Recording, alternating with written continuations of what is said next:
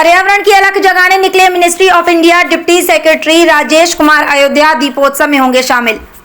2023 में लगातार साइकिल से हर साल अयोध्या जाते हैं राजेश कुमार। अयोध्या दीपोत्सव में होते हैं शामिल। हर रोज 180 किलोमीटर साइकिल से यात्रा करते हैं राजेश कुमार। बुलंदशहर पहुंचने पर भव्य स्वागत। राजेश कुमार बोले कि साइकिल चलाने का मकसद है युवाओं को जागरूक करना। दिल्ली से दीप लेकर अयोध्या के लिए निकले हैं राजेश कुमार। जगह जगह हो रहा है स्वागत। मुख्यमंत्री योगी आदित्यनाथ हर साल प्रभु श्री राम के आगमन पर महादीप प्रज्वलित कराते हैं। हमारा भी कर्तव्य है कि हम भी उसमें अपने दीपों से सहयोग करें। मिनिस्ट्री ऑफ इंडिया में डिप्टी सेक्रेटरी के पद पर तैनात हैं राजेश कुमार। बुलंदशहर से सर्वेश कुमार की रिपोर्ट। सर, आप साइकिल यात्रा पर निकले हैं अयोध्या के लिए, दीप लेकर निकले हैं, क्या उद्देश्य है और जनता को क्या इस तरह से संदेश देना चाहते हैं? मेरा पहला उद्देश्य ये है कि मैं अपने आने वाले भविष्य को, आने वाली पीढ़ियों को अपनी सांस्कृतिक एकता से उनका परिचय, उसके प्रति सम्मान, उसके प्रति जागरूकता ही लाना चाहता हूँ और साथ ही साथ में उनका भविष्य, आने वाला भविष्य स्वस्थ हो, खुशहाल हो, ये भी कामना करना चाहता हूँ। सांस्कृतिक इस तरह से कि मैं मानता हूँ कि रामायण अपने आप में सिर्फ एक गाथा नहीं है, बल्कि प्रभु राम ने हमें पर्यावरण रक्षण का शायद विश्व में पहला सीख अगर मैं मानता हूँ तो शायद रामायण में था, और वो प्रभु श्री राम ने दिया था। समुद्र को सुखाने के बदले में राम सेतु बना करके उन्होंने ये संदेश दिया था कि पर्यावरण का रक्षण होना चाहिए, पर्यावरण का रक्षण हमें करना चाहिए, पर्यावरण का सम्मान होना चाहिए। माता सीता पृथ्वी की गोद से जन्म लेने के बाद अपने आप में वनस्पति जगत की सूचक है। पवन पुत्र हनुमान का मतलब ये कि साफ स्वच्छ हवा हमारे समाज के लिए क्या महत्व रखता है। आज हम जब उसकी बात करते हैं, लेकिन इसकी पूजा तो हम सदियों से कर रहे हैं। पर्यावरण और क्लाइमेट चेंज की बात शायद पाश्चात्य जगत में 80 साल, 100 साल, 150 साल, 200 साल से शब्द का चर्चा होता है, लेकिन रामायण हमारा वह गाथा है जो हमें सदियों से, कई सौ साल पहले से पर्यावरण के प्रति सम्मान, उसके प्रति रक्षण का संदेश देता रहा है, हमें वह सीख देता रहा है। इसलिए ये सांस्कृतिक भी और उसे साइंटिफिक भी दोनों ही मानते हुए मैं अपने आने वाली पीढ़ियों को और अपने नवयुवकों को रामायण की इस सीख के साथ उन्हें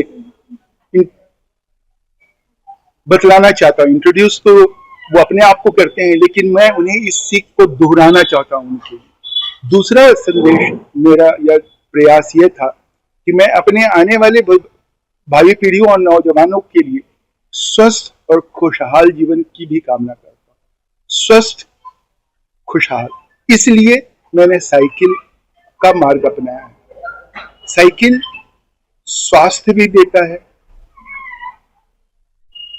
पर्यावरण को साफ भी रखता है, आपके पॉकेट पर, जेब पर कम खर्च का होता है।